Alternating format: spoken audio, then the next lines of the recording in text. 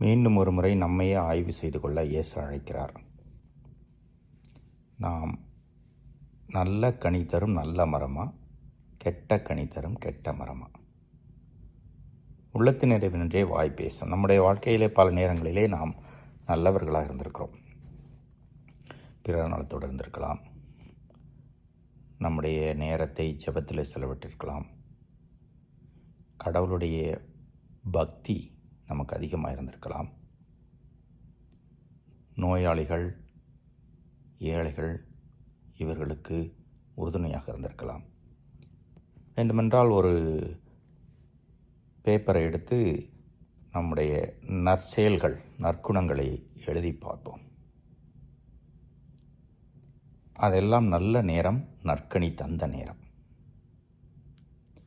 அந்த நேரம், அந்த சூழ்நிலை எப்படி இருந்தது? இது கடவுளிடமிருந்து வந்ததா, அல்லது நம்முடைய புகழுக்காக, நம்முடைய பெருமைக்காக அந்த நற்பண்புகள்லாம் நம்மிடமிருந்து வந்ததா என்பதை ஆய்வு செய்து பார்த்துக்கொள்வோம்.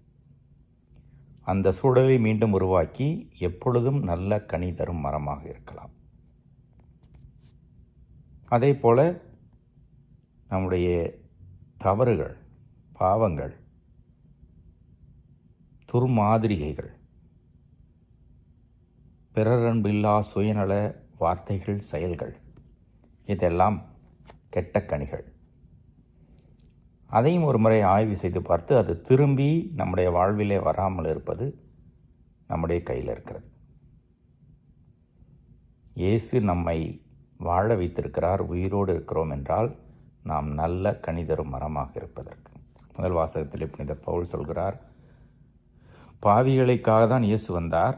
ஒருவேளை நம்முடைய தவறுகள், பாவங்கள் எல்லாம் இயேசுவால் மன்னிக்கப்படுகின்ற பொழுது நம்முடைய நற்குணங்கள், கடவுள் நாம் கொடுத்திருக்கிறார்கள், இதெல்லாம் நற்கனிகளாக, நல் செயல்களாக, வார்த்தைகளாக வெளியே வர வேண்டும். எனவே அசைக்க முடியாத அடித்தளமாகி இயேசுவின் மீது நம்முடைய வீட்டை கட்டிக்கொள்வோம்.